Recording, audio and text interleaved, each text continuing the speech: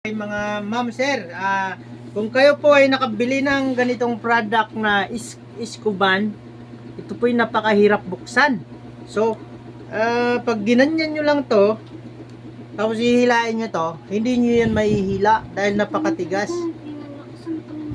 Kahit anong gawin nyo dyan, hindi nyo mahihila dahil napakatigas. Ganito lang number 1 na technique. Nakikita nyo yan. Yung may guhit na yan. Simple lang yan. Ganitong gagawin natin. Ano mo muna, Kasi pagka ganyanin lang natin, ang hirap. Di mabuksan yan, di mabuksan. Kahit anong ganyan mo, di mabuksan yan. Matigas yan. Pag mga bago ha. So, ang gagawin natin, gagamit tayo ng kutsilyo. Bawal sa mga bata. Sisikwatin lang natin yan mga master. Ganyan. Malabas talaga ang pagka-technician. Ganyan. Kasi yung anak ko nahihirapan pa paano buksan. Di ba? Okay. Ngayon, iikutin nyo na lang yan. Matigas po yan. Ngayon, ganyan. So, di ba itong hinahatak natin, hindi natin matak-hatak yan. Dito natin makukuha yan. Dahil paano mahahatak? Sumasabit dito. Ayan. Gaganyanin nyo lang yan. Di ba?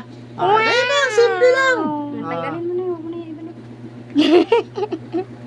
Simple, di ba?